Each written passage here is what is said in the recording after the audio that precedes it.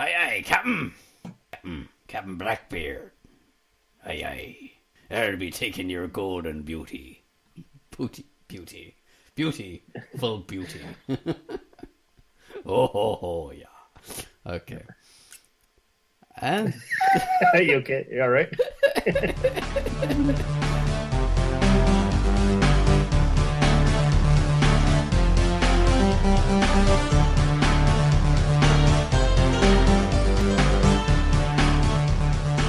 Hello and welcome to Quackcast number 345. I'm Ozone Ocean and with me is Tanserine, the Twitter queen. Hello, Twitter queen. Tweet. That was beautiful. Tanserine, Twitter queen. Okay, we'll put that Oh my god. And now I won't be able to get that out of my head for us. You are saying. Only 17. Talking about being barely legal. And that is Pitface. Hello, Pitface. Pitface is the digger here. She can dig it. What's up, baby? And Baines. Digging all the holes. Hello. Hello, Baines. Hello. You can dig it too. Yeah. I dig. All right. So we're going to chat about horror, no horror. That's what I'm calling this. This is All right. horror without the horror. This is your news post from Thursday, which was interesting. Yeah. Oh, thank you. Yes, we will talk about it. I was about to launch into it, but I'm doing the other stuff first. That's a good idea. So in this Quackcast... You can't stop him. He's a force of nature. In this Quackcast, we got to talk about the feature comic, and the feature comic this week was Adventures with Cap'n Heroic. So take it away, Ozone Ocean. Cap'n Heroic. Hello, I'm Ozone Ocean, and my feature for the week was Cap'n Heroic. Pearl City is under siege. Who will save it? More importantly, though, who can save it? The forces assaulting the place are way beyond the skills of its lone superhero, Silent Night. What's to be done? We need a hero. I suspect that one is on his way, if the comic title is anything to go by. Adventures with Cap'n Heroic is an action comedy superhero comic.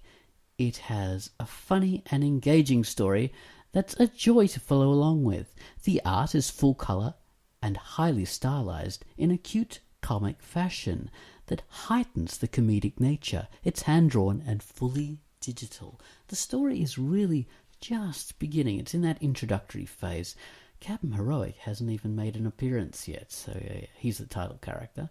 So hopefully he perhaps will... Well, he sort of actually has, to tell you the truth. In the very beginning we see a fellow that looks very much like the Cap'n Heroic of the title, but he's not in his full form yet, I believe. So we'll just have to wait and see what is going to happen, because the whole comic sort of takes place as a flashback almost. So it's like a few days earlier, or 2 weeks before the action. So that's the meat of the comic. Is 2 days before what actually happens in the very first couple of pages. So it's interesting. So we're sort of playing catch up. There are some fascinating things happen. There's Jesus makes an appearance. There's a comic version of Jesus and his brother Lucifer, which is fascinating.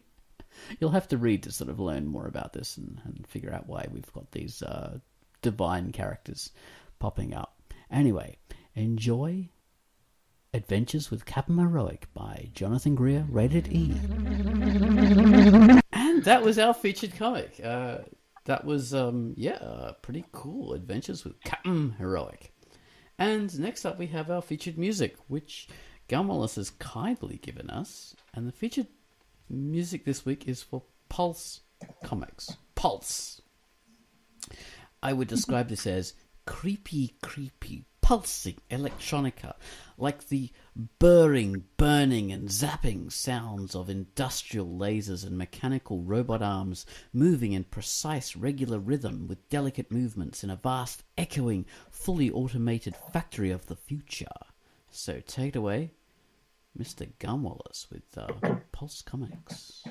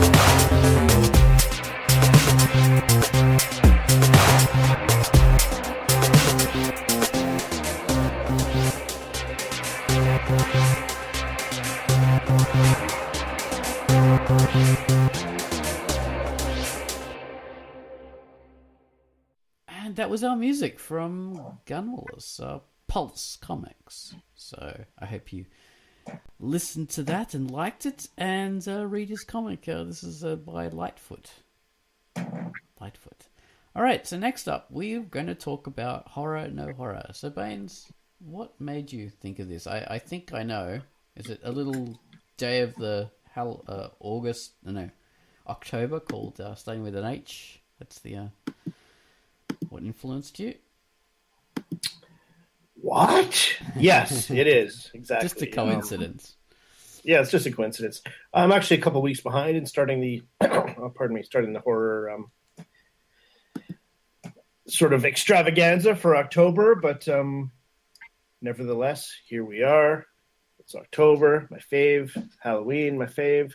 And I was watching a discussion about the movie Reanimator, and the people were talking about what a well-written movie it is, which I agreed with, and how it would be. And this is something that's occurred to me before, but it was like they were talking about how this is an interesting group of characters with kind of an interesting internal dynamic and a lot of conflict going on before you even bring in the horror element. Yep. So, and that's an important thing to do. That movie does it really well.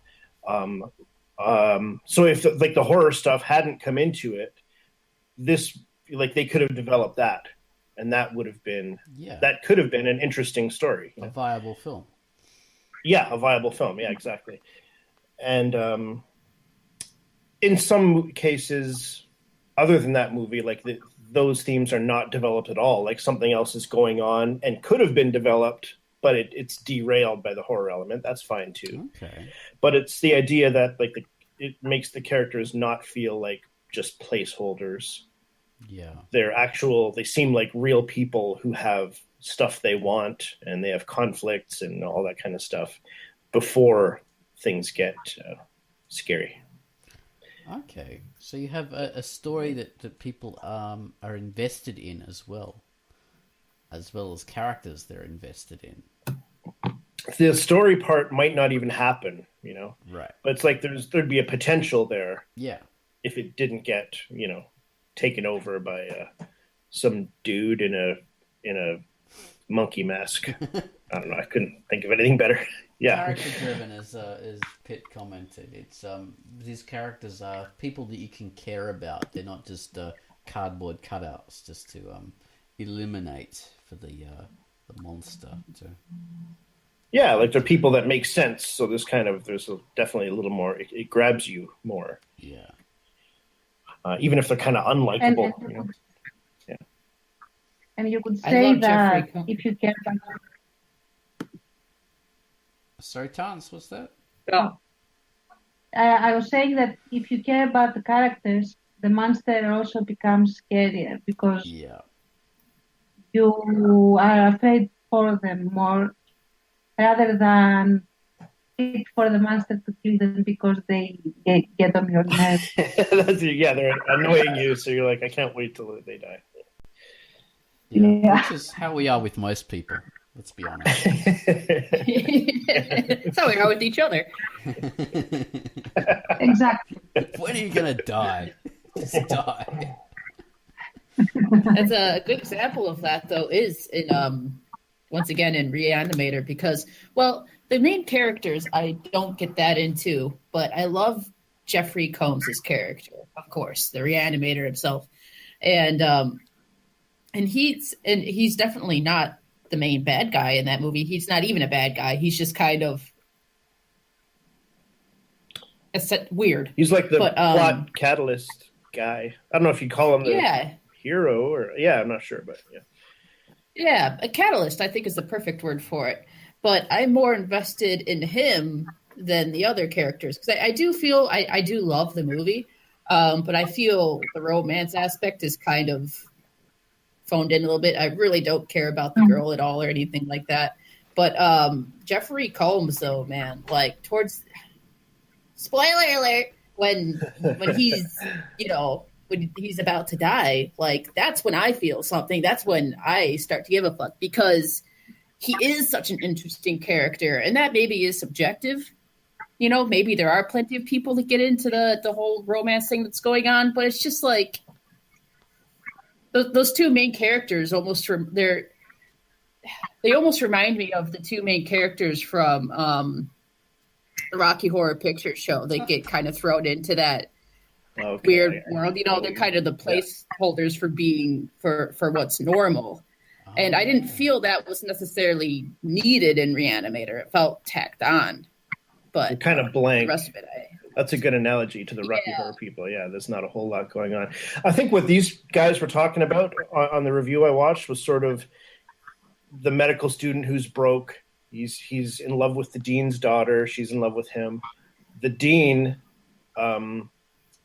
respects the guy, again, or whatever that dynamic is. But the dean's friend, the other professor, is like in lust with the daughter. Yeah. So there's that's kind of what they were talking about, a thing. Like there's a whole dynamic going on. And then, since he's broke, he moves in Herbert West with him. And Herbert West isn't like that. Without the zombie thing, there's an interesting thing there where Herbert West is kind of, the professor he respects who dies at the beginning versus the lusty professor there who is a plagiarist kind of thing. Plagiarist. Yeah. Worse. So there's a whole thing. There's a great kind of amount of character conflict going on in that, even without the lunacy and the heads, people carrying around their own heads and stuff like that. Yeah. And that the guy that is the bad guy, I forget his name, but the lustful doctor, as you said, they do build him up quite well to be the villain. I mean, he's just... Oh, man, he's amazing. I guess he's the villain. Yeah. Yeah. He's so creepy in that movie. He really is. He's... I mean, even before he is, as you say, carrying around his old head, he's a dirtbag, man. He's sick. He's gross. Like, skeevy. Jeez. Skeevy to the max. He's a bit of a Weinstein, isn't he? And do you remember the presidential candidate John Kerry? Yeah. I remember thinking this when he grew up a little bit. Do you remember the presidential candidate John Kerry from a long time ago? Yeah, I do. It's him. The dude in Reanimator looks exactly like him. Yeah. It's like uncanny. Dude, you're right though. Yeah. You're right. That's crazy. Yeah. That's crazy. You want to know why John Kerry didn't win? There you have it.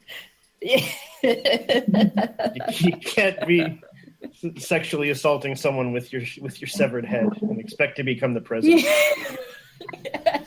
Well, now I'm not so sure, but Well, What's his face? Yeah. it's a different time now. Yeah, it's I all think. different. Yeah, very different time. Oh shit. I get a little crush on Jeffrey Combs in Reanimator, actually. A little He's bit of a big digression, but movie. yeah, man. Like I don't know. I like it. I'd hit that. I would. Oh my goodness. Anyway. So this is this like so you're giving an example of Reanimator having the story apart from the death and the horror aspect. What other sort of films are is that like the general formula? It's the only one. None of the rest do it. No, a lot of them do. You know, Shaun of the Dead, which is, I guess, maybe more of an homage, but there's a ton going on. You know, you have the dynamic of him being dumped at the beginning of the movie, the friends who seem to dislike him, and you kind of find out there's a little more to that later in the movie. You have the roommate, Ed, who won't move out, who won't do anything, and the other roommate who hates him, and the frustration with his parent. There's like just a ton of stuff going on. And, you know, and that movie is very character-oriented. It's not just a zombie schlock fest or whatever. Yeah. But there's so much going on. And, I mean, in that movie, it's maybe a little different because all that character stuff pays off, and it really is a character piece, I guess. Well, even Halloween, you can say the first two Halloweens, I would say, are very character-driven. I mean, you're following, God, what's her face? Main survivor girl. Laurie? Yeah, Laurie through the whole thing. And the focus is primarily on her to the point where Michael is a secondary character to her. And it's I guess there's not a big story that develops around it, but I would count that as being more character driven than, say, my personal favorite, Friday the 13th, which was a lot more like butcher the fuck out of people. Yeah, I mean, some more than others, but yeah, a lot of it is kind of like, these characters are kind of jerky. Sometimes there's a little more going on, like, you know, this girl's a nerd, and this guy is extra jerky or something, but yeah. Extra jerky with a side of sauce. I would also say that Poltergeist would fit that, especially the first one. Yeah. So you have the family needing to basically sort out things, and they seem to remember the characters a lot more, in other films. Yeah. And it kind of is still watchable for that. Like, the effects are so, like, that movie is a long time ago now, right? And it doesn't necessarily hold up super well. But yeah, you do have the character stuff. The whole family and all that stuff. There are great movies that don't do that, by the way. Oh, sorry, Ozzy. I was just going to say Nightmare on Elm Street, that those always make sure to have character stuff. There's complex dynamics there because that's integral to the monster stuff. It has to have that because it's more psychological for that to work. Whereas you have to kind of believe it. Yeah, I mean, you have to kind of believe in reality, and then therefore you can kind of get. Then the dream thing is so crazy. I mean, a lot of that is just sort of the reality of life versus the dreams or the bizarre physics in dreams and stuff like that.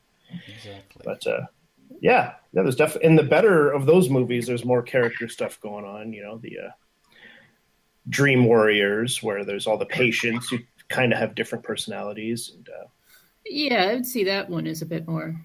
But what would you say about the first two Hellraiser movies, though, Baines? Like, would you count that as character driven, or would you count that as more?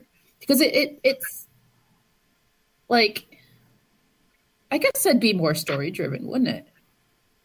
I think so. Is the second one the one where the stepfather is resurrecting the dead mother or something like that? That's freaked me out.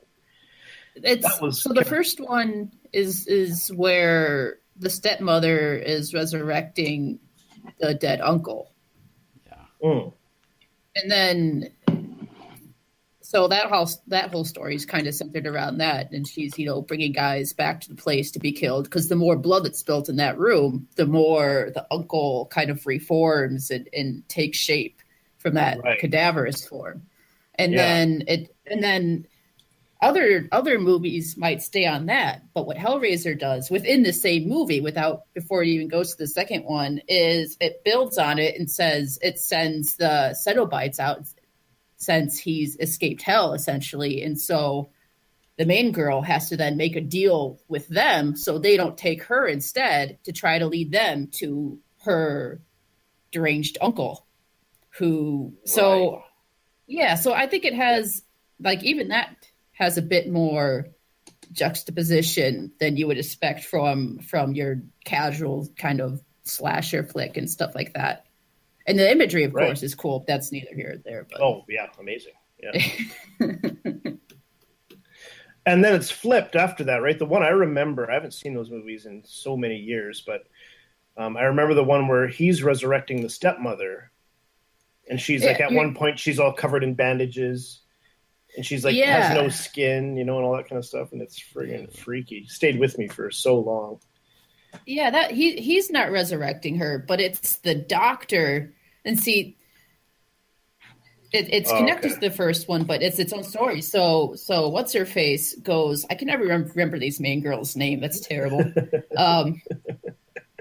Meet one and meet two, but because then she goes to the insane asylum, and it's played pretty fucking heavy, but it goes with the whole surrealism thing, so that's excusable. But so basically the doctor finds out about the mattress with the stepmother's blood in it and begins to resurrect the stepmother, and then all that shit gets out of control and kind of goes back to the hell narrative, but they kind of actually go to hell more. And I'll shut up because I'm going to start to dork out now, and you know how I get. Cool. This is cool, man. But yeah, it is. I want to see these again. Yeah, I remember them. I hardly remember them at all. Yeah, go do it, dude. But they are freaky. That's what I remember the most. They did freak me out quite a bit. They've got some good freaky stuff in it. The uncle, the guy who plays the uncle, once he comes back to life and gets his skin back and kind of looks like the girl's father. Whoever hasn't seen it and is listening to this is like, what the fuck are you talking about? But the actor that plays him is so, he has the best facial expressions for a bad guy. Just that, just inherently just something is wrong with this person kind of face. I love it, man. Right. Oh, it's so good. You hate him. Oh, jeez. It sounds good. I've never seen it, but because it's one of these things when I was just always freaked out by it, so I never could see it. But I read everything about it. Yeah, the whole plot line and seen clips and stuff like that. Very memorable lines. Yes. Oh man, I gotta see it. I gotta see it again. What's that one thing that Pinhead says? That he says tons of things. Everything he says is quotable, but there's that one line that just gives me chills. Oh, what is it now? I can't remember. We have so much sights to show you. No, that's not the one. It's a different one. There's so many, but that's another good one. Sights to show you. Yeah. Something like that. But I'm thinking of a different one. I can't remember. There's too many. I can't remember it now. It'll come back later. And I'll sit up in the middle of the night and be like, oh, that's awesome! But... yeah. Anyway, let's move on. All right. Yes. I think the line was, frankly, my dear, I don't give a damn. I think that's what he said. Classic. Wasn't it classic dude? Yes. His station. The line that never caught on, man. They tried so hard to make that line catch on, that catchphrase, and it never did. I'd never heard anybody ever say station. Bill and Ted. Yeah, the Bill and Ted sequel. Fantastic film. Fantastic. But not horror, sadly. Not horror. I was going to say, Your I might pain be will wrong about this. legendary even in hell. That's what it was. Your suffering will be legendary even in hell. Oh, That's scary line. It really is. Yeah. It sounds like a good threat. Anyway, I needed to. Yeah. It is pretty good. Right. Pretty good at that. What are you going to say, Bones? I was just going to say, like, there are great movies that I could be wrong, but I think that don't do this. Like when I think of Jaws, I know there's sort of a backstory. Like the sheriff is scared of the water, and he's a sheriff on the island, and I don't remember if he has a backstory beyond that, really. Yeah. But he moved his family out here, and there's not without the shark, there ain't much going on. You know, I don't know if you want this movie. I mean, as great as that movie is, you know, it doesn't seem to do what we're talking about. Okay, but it still works. Yeah. Oh, absolutely. It's a suspense in that movie that works. That's what it's all about, is that ominous feeling all through. Yeah. Which though begs the question, if they had included more deeper character interactions and backstories, would that have taken away from the suspense? Probably. Like, would it distract you? Probably. I would say probably, yeah. Maybe. I don't think it needs anything else. You know, it doesn't. No. I mean, but it's got great characters. That should be said. Like the captain is incredible, and then you have Richard Dreyfuss, who's like the scientist guy, and then the sheriff, who's kind of sort of in the middle, sort of the leader, the guy who starts it. You have like all those characters have something to do. That's why the movie gets so much better in like the second half, because you have those three characters, you know, and they're all so different. So it's constructed well enough that you don't need complex story happening because you already got good characters. I don't think you needed like what was this going to be the story before the shark? Like it doesn't feel like it needs that. Yeah, I don't think because the characters are already good enough. They don't need the story to support them. Yeah. And because, say, in the other ones, you've got, like, characters that are more generic, you know, love interest and, you know, family people, whatever. But here you've got unique characters, maybe, so it's easier to sort of just single them out and think about them as people because they're, you know, they're not just generic, so they don't have to form these relationships to give themselves a personality. You got a scientist and a captain, you know, those kind of things. Right. So, yeah. Just and I suppose too. Sorry. No, go ahead. I was going to say, I suppose too. If you think about it, being a very human element with kind of giving these people these personalities and identities, even if it's not really deep character development, you're juxtaposing that with, you know. I remember at one point, like a kid is eaten by the shark or something, right? Yeah. And like you're just supposing it with that. So I think that if they didn't put that kind of human feeling in with the movie, if that makes sense, that kind of human element, it would have come out more like a weird snuff film. You know what I mean? Like they kind of needed to put that in there to counterbalance, you know, going on for the time. So right. Yeah, that's true. I mean, maybe it does do what we're talking about in just a different way. Like there's a reality to the characters, and like you have the sheriff. You remember the scene when he's like he's depressed at the dinner table. He's got sort of the weight of what's going on. The mayor won't let him shut down the town. People are being attacked by a shark. And he forms his potatoes like into that's a different movie. No, that's a whole different thing. No, but seriously though, he sits there and like he's sort of his little son's looking there, like he looks over at his young little toddler son, and they're making faces at each other, and that kid like makes this hilarious face with his missing teeth and everything. And they have a little moment there. It's like you believe it, you know, you believe it's real kind of thing. And that kind of has the same kind of effect, I guess. It's executed right, and there's enough happening. Maybe was that Spielberg? Yeah. Yeah. Okay, that's kind of his signature. Those kind of scenes like that. I think. Oh yeah, for sure. Yeah. I mean, dinner table scenes. Yeah. Family. Yeah, Didn't get totally. much of a chance to do Well, that it in is though. Duel, You're though. right. Yeah.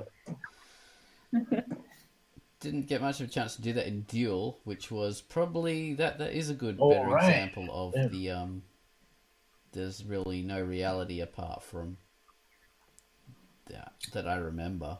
It's just a dude on a road trip. I don't remember if there was a reason, but I don't think it mattered.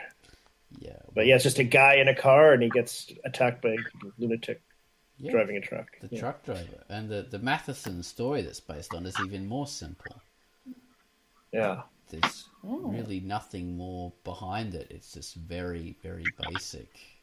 This homicidal truck driver. And so the only dynamic in the original story is trying to work out who the truck driver is and trying to get away from him and sort of treating him like a normal human being rather than the unstoppable force of nature that it actually is. Right. I think I've seen this.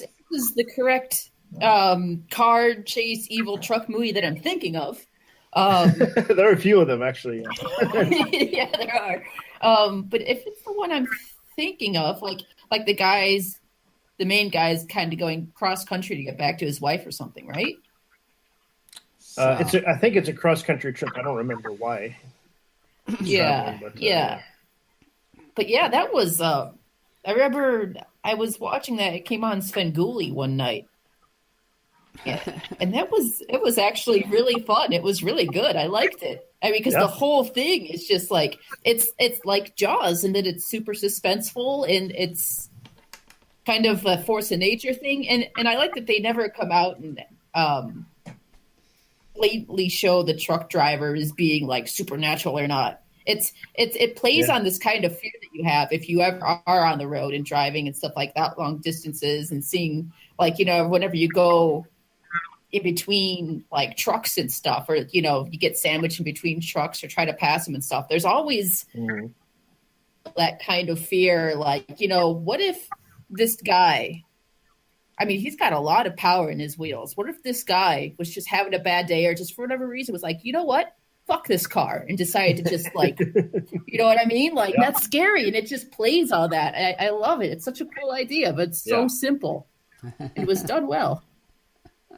Oh yeah, it was. It was kind of like the trial run for Jaws. Really, it's kind of the same. Yeah. In that way. Okay. Yeah. Wasn't that his first film? I'm not sure if Was it was it? his first. He had like Sugarland Express or something, and Duel, but I'm not Is sure. that a porno? I'm sure it must be. Yeah, I'm not sure which one was first though. Okay. It was pretty early though. I keep all the time in my head I mix First up or second. I mix up Duel with with Maximum Overdrive. Oh yeah. Oh shit. I can't Stephen King directed his directorial. I can't remember any character proper story that was happening in Maximum. There was really generic stuff in that one that was not interesting at all. I only remember the track had this Joker face. The only thing I remember. The clown truck. The Green Goblin, yeah. Green Goblin. Green Goblin. Yeah. That's it. Yeah, not Joker. It was terrible. You're on a comic book website, Tans. My gosh. Come on. They had like She's busy communicating. Leave her alone. they had lawnmowers attacking people and things. Actually, That's right. that particular goblin face in a lot of decks of cards over here, that would be the face of the Joker. Oh yeah. Interesting. Well, tell them that they're wrong. Of course they are wrong. They just don't know it. That's all. Interesting. Just have to be Just have to be Greek, that's all. And then you'll be right. That's how it works. Freaks need no freaks. How does that song go? When you are right, it's vice versa. What did you say? What did you say? You cut off. Oh, I was trying to remember some song lyrics that my dad always says. That, what is it? The Greeks don't need no freaks or something. I don't know. It's a digression. Geeks don't need no freaks. Something I remember that. It was a terrible song, but it's funny. Whenever I bring up Tanya or Grace or anything, he does that. Freaks don't need no freaks. I'm like, shut up, Dad.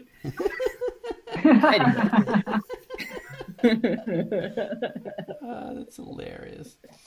Okay, so so Maximum Overdrive is a good example of a film that does not have a good enough standalone story, I think, from my bad memory. Yeah, I barely remember it, but I think you're right. Yeah, I think that maybe that could have been part of the problem with that movie not doing well. Yeah, I mean, it did have some sort of a story thing that I sort of remember, you know, like you had parents and little leagues and all this kind of stuff, but it was just so generic and bland that it didn't make much of a... Just didn't care about it, really. And when the monster started attacking people, you just wanted them to all die, really.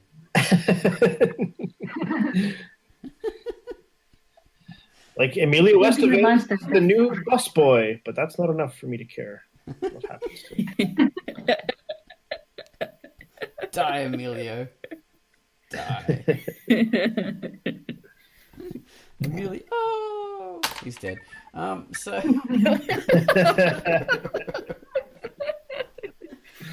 All right. I can't think of too many. I'm not really a big horror guy, but you guys are. You guys are the horror masters. So you know all the good. I guess I mean, like I've sort of realized with this conversation that my article wasn't totally right. Like you can create an effective story that's believable and that's powerful without necessarily doing, you know, what Shaun of the Dead does, what Reanimator does, what some movies do. You can do it in different ways, but you have to do it in some way. It has to be something. Like people don't set out to be in a horror story. Yeah. That doesn't mean you need a complicated story. I mean, there are 2-minute horror movies on YouTube, and some of them are brilliant. They're fantastic and they're scary. You know, you're not giving everyone a complicated character interaction. I know, but like the point you were trying to make originally was that if the horror was taken out, it would still work. Or it could. Or there'd be something there. Yeah, something to be interested in. Yeah. Like it could be more developed in another story. I think that holds up for them all, really. Yeah, pretty much. I mean, I bring up once again my favorite slasher series, Friday the 13th, for better or for worse. The reason why that's my favorite is, I mean, granted, the character backstories are super limited, you know, but what makes me interested in it is more or less Jason himself and just watching what he does. And he does have an interesting kind of backstory, as slight as that is, of course. Yeah. And it's a narrative that kind of runs through the movies a little bit. And so, like, that's, as I'm jabbering on, that's like, to me, though, that's a good example of having minimal backstory and characters that you care about, but still having it work out really well. I mean, granted, not for everybody. Some people really don't get into it, and I could see how you wouldn't, you know. But I mean, like, I don't know. It's got fun kills. And Jason, like, something about just kind of watching him, and then that Jason vision, and how they make these scenes unfold with this kind of formula. So that formula itself creates almost like a pseudo narrative, I think. And it's one that you expect, and it's one that the more you watch it, the more you see it unfold. But there's some magic about it. Like, you know, you have people get together in the dangerous spot, and that they either do or don't know it's a dangerous spot, but they just don't take it seriously. Yeah. And so things start off light, then it builds up, and people start disappearing. Eventually, the last people start to catch on, and it becomes more intense, and you see how the last person survives. It's really, really fucking simple, but it's so simple that you can make it work in a lot of different ways, I think. So I was going to kind of before you started talking about structure, that's what I was going to say. Like maybe that's part of the appeal. Like there's something comforting for some of us about that, and then there were none structure, the Agatha Christie. Yeah, structure. I like that. Isolated people and they get get kind of picked off one by one, and in the end, you're by yourself. I was wondering if you could do a movie with, if you could do a story, if you took out the horror, how would Jason fare? Could you have just some like redneck living in the woods, like picking out his favorite mask of the movie? Let's see, I'll do the one with the 2 red triangles below the left eye, and this carefully painting on the. I feel more like a machete guy today, or a hatchet guy today. I don't know, man. I don't know. Bowie knife. Oh, fish jumped in the lake again. Just the whole sure film. wish some people would come around. He's fishing there. Now, floating around. Finding out all the various forms of fan fiction in between. Right. Checking the internet, clicking away. Click, click, click, click. Ooh, this looks good. I gotta hook up with this Michael Myers guy. Sounds pretty good. Going through the sounds like my kind of guy. Going through the horror Tinder on his phone. Yes. Swipe right, swipe left. Ooh, Freddy. Ooh. That Leatherface is a little bit too big and burly for me. I don't know. He doesn't quite sound like he has this shit together yet. He's getting dumb. Taking selfies. I'm gonna go back on mute. Oh, that was awesome. But yeah, could that work? Could that work with someone like that if you took the horror out? Or is that just too silly? That's just too silly. It'd be super silly. It'd be the silliest. That's not really what Jason's about. No, he's he's supposed to be a little bit scary. Yeah. Okay, so Jason is a character that really couldn't work without the horror. But it doesn't matter because you've got the other characters, as you say, and the reality of the scene. Yeah. I mean, the other characters take out the horror. It's just basically a porno. Isn't it? Softcore. I remember a movie that would work great without the horror. What's the Critters? Is it called Critters or something like that? Oh yeah, I haven't seen that. The name of the film? There's one called Critters. There's a film called Critters. Yeah, I might be wrong. I'm not talking about that one though. I think I'm talking about Ghoulies. Gremlins. Oh, what's that Ghoulies. damn film with the underground things? The the Chud. Oh, Chud! No, not that. God damn it, Oz. All right, they're in the desert and they're graboids and they Tremors. Tremors. Yeah. That's it. Amazing movie. Which could work fine without the horror. That just the characters are great in that movie. They're so fun. Yeah. That is just the greatest film for working without horror because the characters are so lovable and believable, and the dynamics between them are so engaging that you want that to continue. And you're like right into those characters right away. Like they're so funny. Yeah. None of them are seen as lovable victims. Yeah, even the ones right. who Kevin are Bacon victims. and his weird nose. That's right. You care about them when they get chomped. Yeah, for sure. Exactly. Yeah. So I think that's a fantastic example of this very thing because it works so well.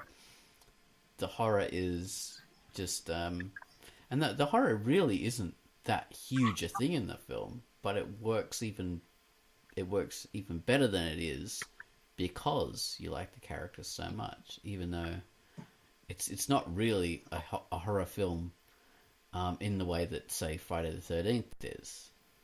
Right. But it works. I'd contest it. Sometimes that's not even a horror film. Well, yeah, that's a good point too. Yeah. Okay. But yeah, dude, I mean, you're totally, that is a really good example. Yeah, it's one of my favorites anyway. Definitely. You're a substance guy. Yeah. So anyway, that was my. Should we read some of this stuff out? Because I think we sort of tapped out what we were. Yeah, our examples. Sure. Yeah, we have some responses here. Yeah. Kind of wasn't ready for this. Although I love it. I love it. We have Plymayer, who says, it's like the Andy Griffith Show without Barney. Just wasn't as scary. I don't know who Barney is, but that was still funny. Is he the sort of the pop-eyed guy?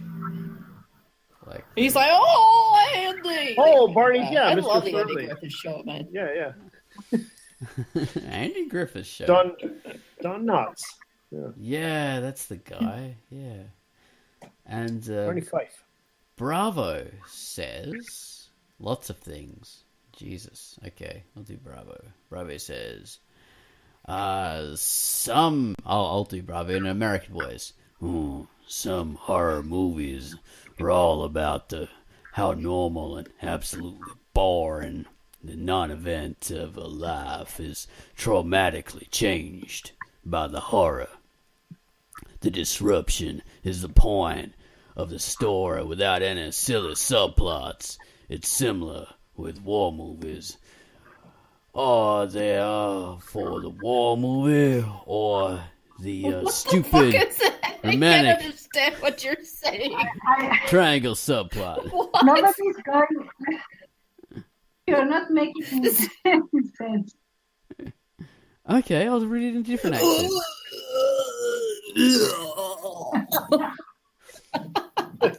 Someone is just murdering Bravo while he's reading in a very slow manner. He understands it.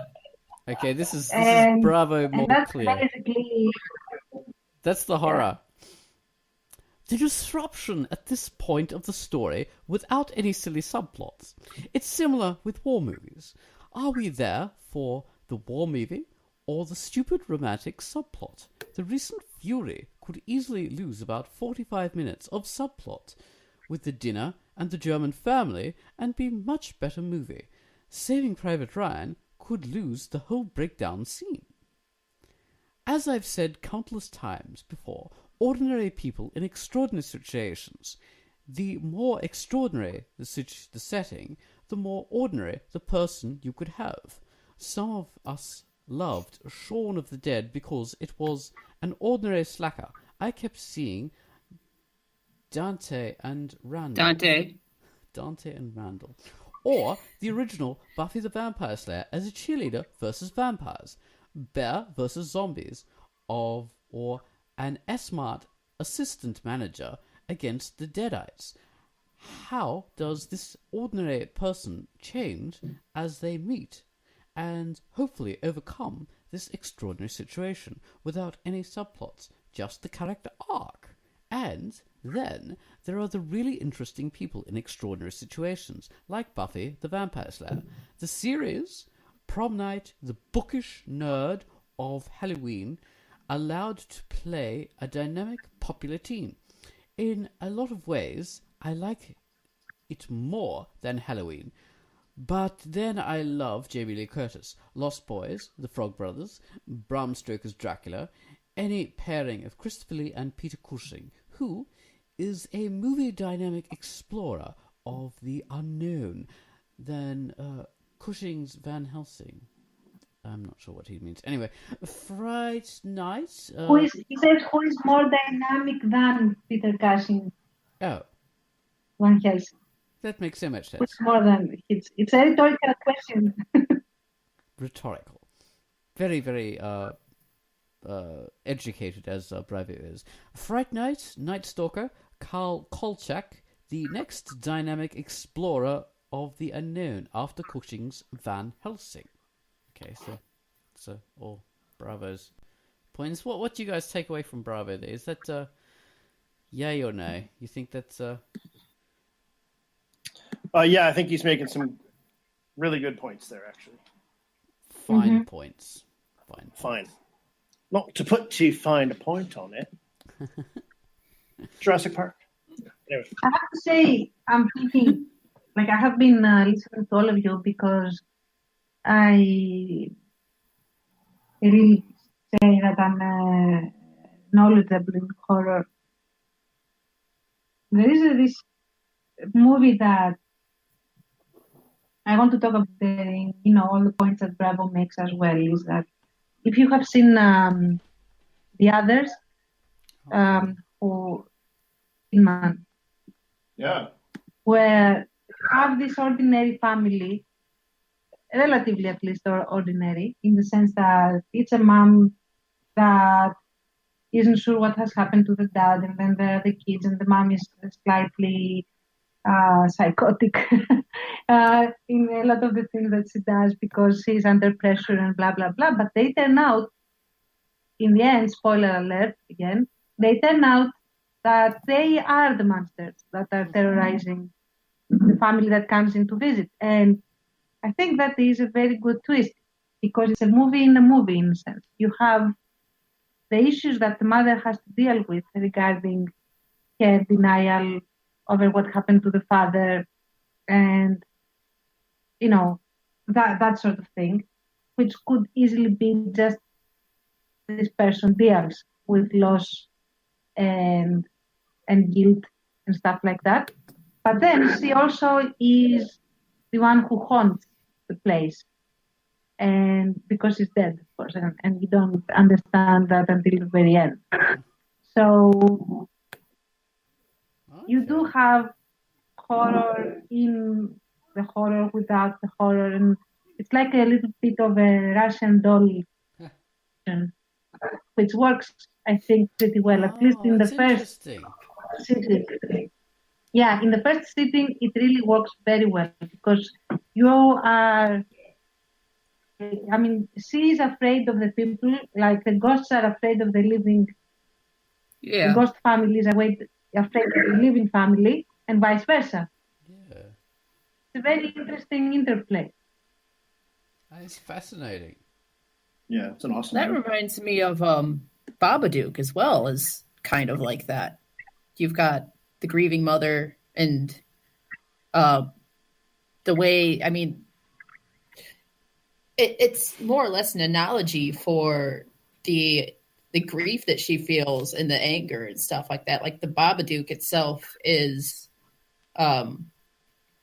this kind of phantom that is more or less kind of a product of it, if I'm remembering it correctly. But yeah, it's very much also around that family situation and how you actually deal with something very real, which is grief.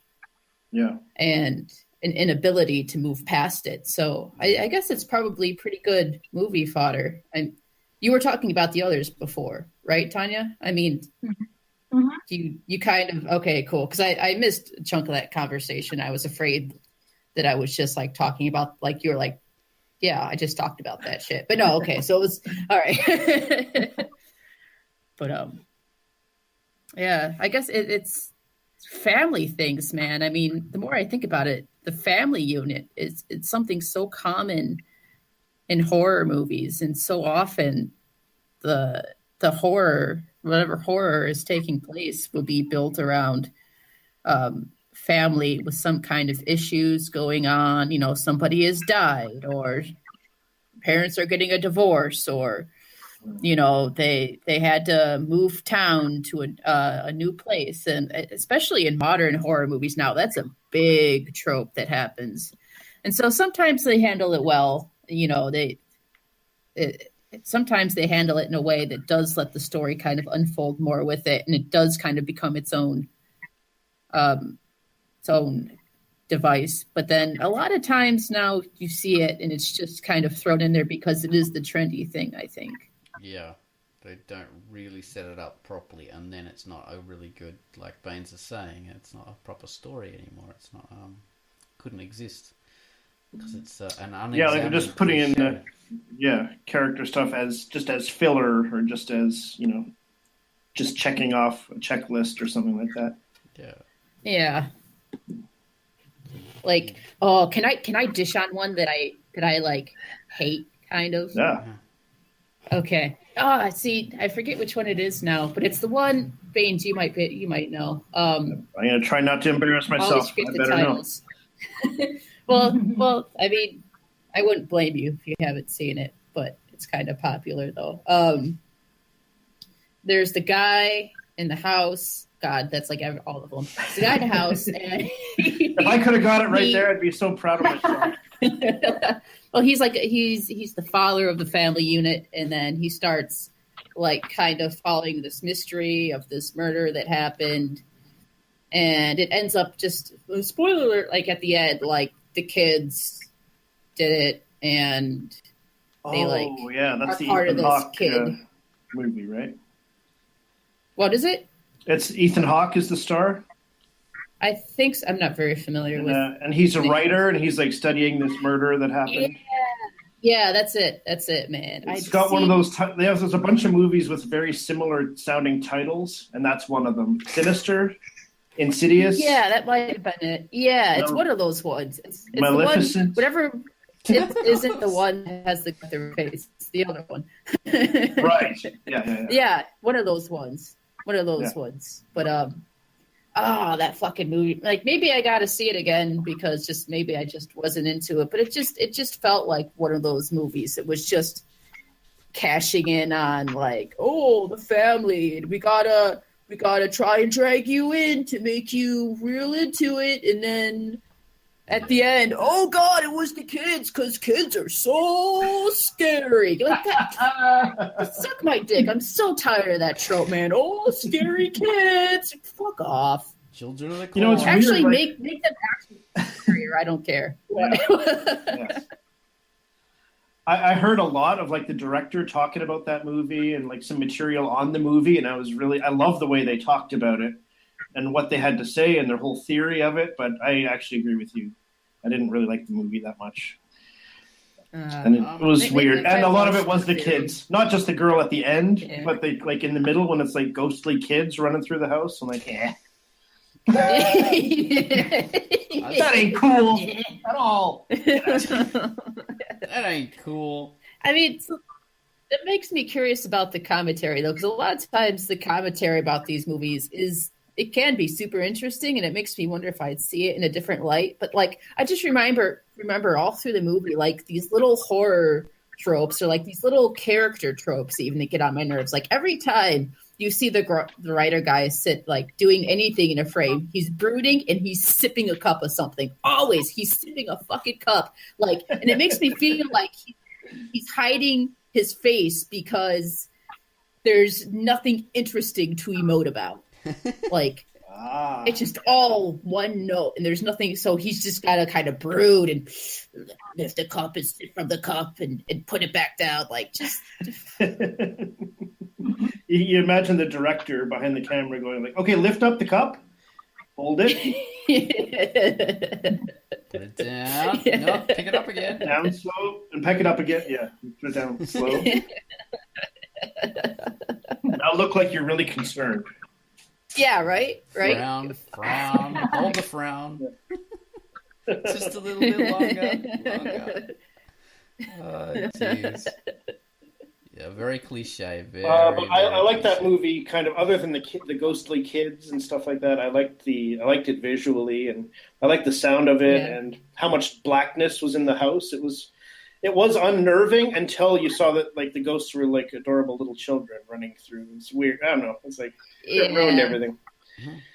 Yeah, and maybe I missed some of that because maybe I think too early on. Maybe I made a negative decision, so I probably missed some of those effects that were cooler, like the eeriness and stuff like that. So I mean, I can be too much of a dick, as you all know. So Well, you're an aficionado. You're like a horror scholar these days. Like, really. I'm building up a resume. I'm working on my. You CV. are, yeah. When you talk, I think we all should listen because you know what you're talking about. What about Beetlejuice, which is a horror comedy, which I love. Yeah. Yeah, you have an interesting family dynamic there, huh? Yeah, totally. It's the original family. Like that family moving into a mansion, I would want to watch them. Yeah. They were amazing. Yeah. Sorry, Tans. Yeah, no, I was going to say that I loved that movie even during a period where I wouldn't actually, I never had any affinity towards Beetlejuice. I absolutely loved. I had a blast with it. And the basic reason for that was because you don't, I mean, at least to me, when I first saw it, the most horrific element were the parents. Yes. And their creepy things. Like those were scarier people. I would prefer to be with a ghost. These people. And that brings a very interesting dynamic to the main character, who is Winona Ryder's character, that she has to juggle between. Oh, you're cut out. She cut out. I think the ghost Yeah, got I can't hear. Yeah. You don't want to talk. She said Beetlejuice too many times and something happened. Yeah. She showed up. Damn it, Tans. Damn it. Why? Yeah. No, she's right. The poor old Winona Ryder character was stuck with her horrible parents and had to deal with both situations, didn't she? The Beetlejuice character and the original family who were living in the house, and she had to be the little Wednesday Addams sort of character and a bridge between the two lots of things. That's right. Yeah. Like that was a fun movie, man. A triangle. It was. Yeah. And it's still got some. Yeah. Go on.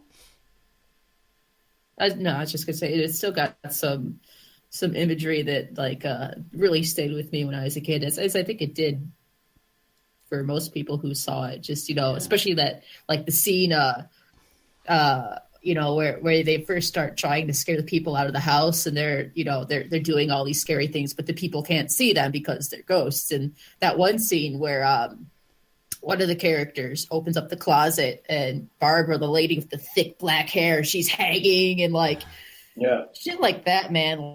Seeing that when I was a kid actually made me a little afraid of people with big fluffy black hair for a time. Not outright, but that stayed with me, man. The masks was scary when they pulled their face and they did the bird things.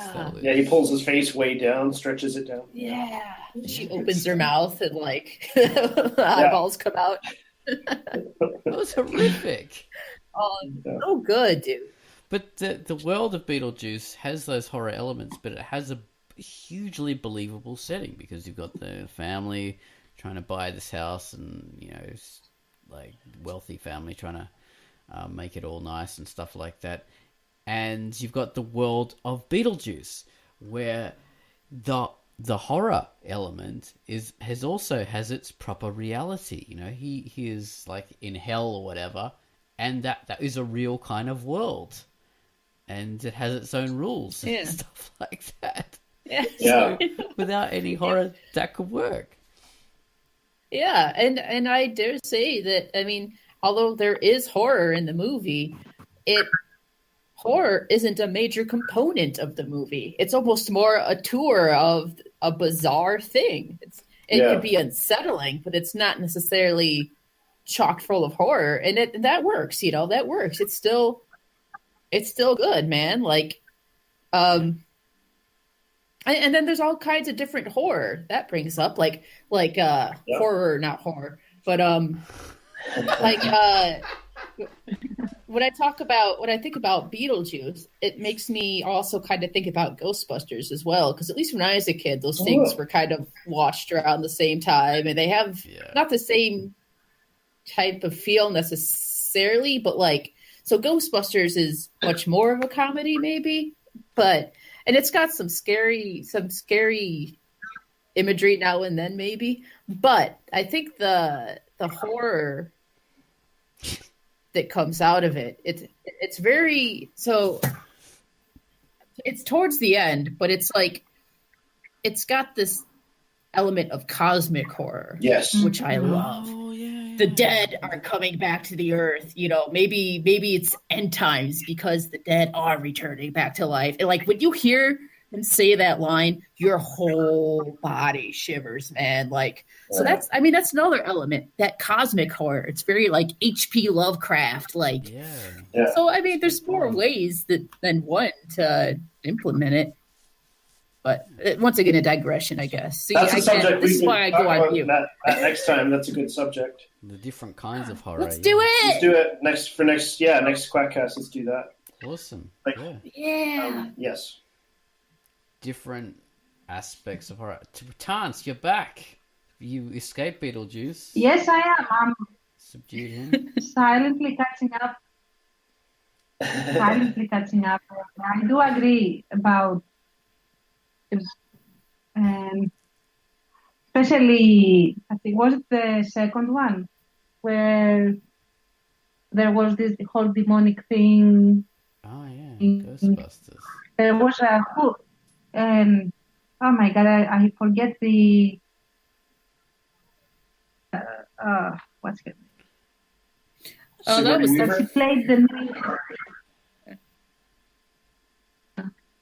played the main demon. Which actress are you talking about? The good person, or are you talking about the naked lady at the end, Zool? Because that would be the first one. Zool, right? Yes, Zool, that one. No, wait, was it the first one? Now I can't remember. Shit. Yeah, Zool. Oh, I mean, Christ, yeah, damn. she Miss Vigo was the second. She sort of laughed a bit of levity, let's say, to her character, but also all this extreme threat that comes with her. So almost like in a divine sense. Yes. Yeah. And so the sheer distance that she brings, she actually is a very formidable opponent in a movie where you don't expect some character to actually be able to bring that to the table, which is very good. I like it. Absolutely. You know what? Now that I never really thought about that before, in that movie either. But yeah, I mean, if you think about it, for Ghostbusters, there's ghosts all throughout the movie. How are you going to up the ante? You have something semi-godly come, something, hell itself splitting open and stuff. You got to kind of transcend the there's ghosts haunting you kind of thing and have like a big moment, let's call it. The great big thing. Yeah. I don't know. The ancient evil. The ancient evil. The dude that came to Sarnath. Yes. Yeah, it was like that. And when the marshmallow guy happened, you're expecting some kind of huge tentacled monster to erupt. Yeah, that's their version of a Lovecraftian monster. Yeah, with that big marshmallow. Yeah. Stay Puff. That's right. But yeah, it was. They did it really, really well. They, as you say, divine horror, which is something that not many of these horror films go up to that level, do they? They sort of no, not really. I'm trying to think of any other ones that do, and I don't know if I can really think of any off the top of my head. I haven't seen them in so many years, and I just ordered a few DVDs, actually, some of these old, like Prince of Darkness, the John Carpenter movie, and In the Mouth of Madness, which is based on a Lovecraft story. Yeah. There are some that touch on, what's that movie, Oz? And we always bring it up. It's so terrifying at the end. They're on the space station, and there's like a dimension of hell. Horizon. Yeah, that one. Oh yeah, that's which actually scary. brings me very to scary. something else that I would like to talk about, which is like a little bit that it's not complete horror if the payoff in the end falls through. Like how the whole thing is resolved, not in the sense on how the big bad is going to go down, but how the explanation or the reveal or, some of these that usually come about at the climax of the story, if they are not good enough, then all the other build-up which might be excellent, it just falls through. And I thought about this because I was trying to think about horror movies, and Stephen King comes a lot to mind. And if you see at movies like The Langoliers or what was the other one? It was ridiculous. I mean, it.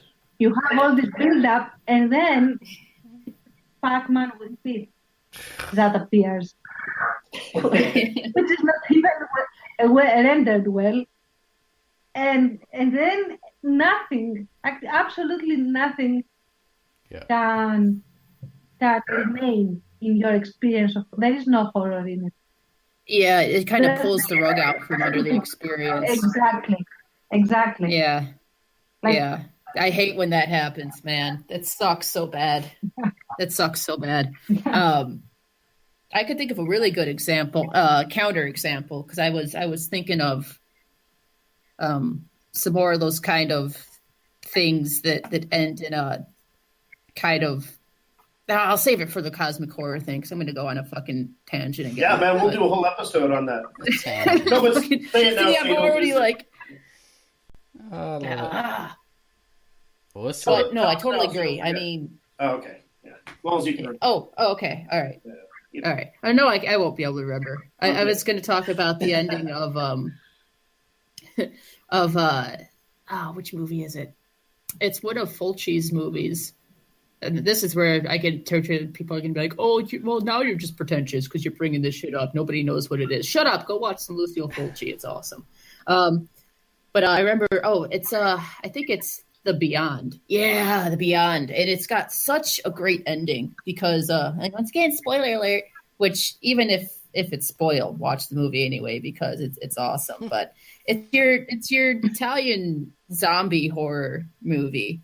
And Fulci is great for incorporating like all of these other kind of supernatural elements into his zombie movies. Like a lot, it's very slight on explanation if there's any, and it's more just like the aftermath of what happens when the dead come back to life and reality stops making sense.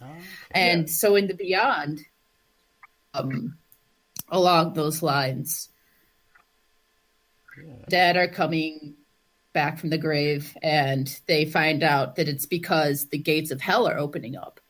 And so the two main characters at the end, they kind of end up, they try to kind of find the root of the evil, or my memory is kind of blurry with it.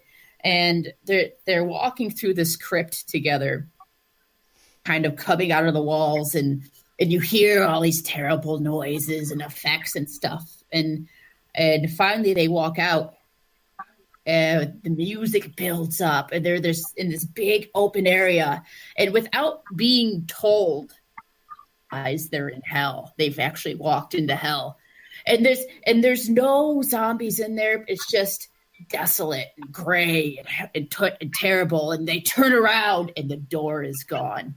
And that's how it ends. They're just fucking stuck in hell. And it's like, just remembering it, man.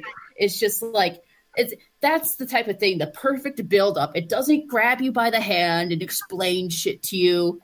It just kind of puts you in the terrible, terrible ending that's happened. And you're just fucking stuck with it, man. Like, but we need to have an ending cast.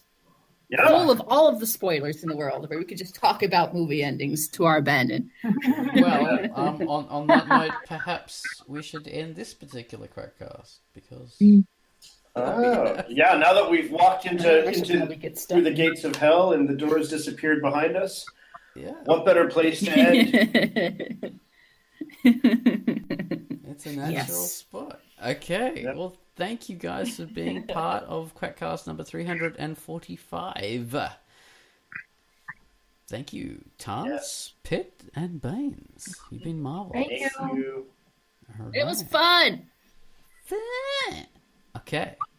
Bye-bye, people. Bye-bye. Bye-bye. Bye-bye.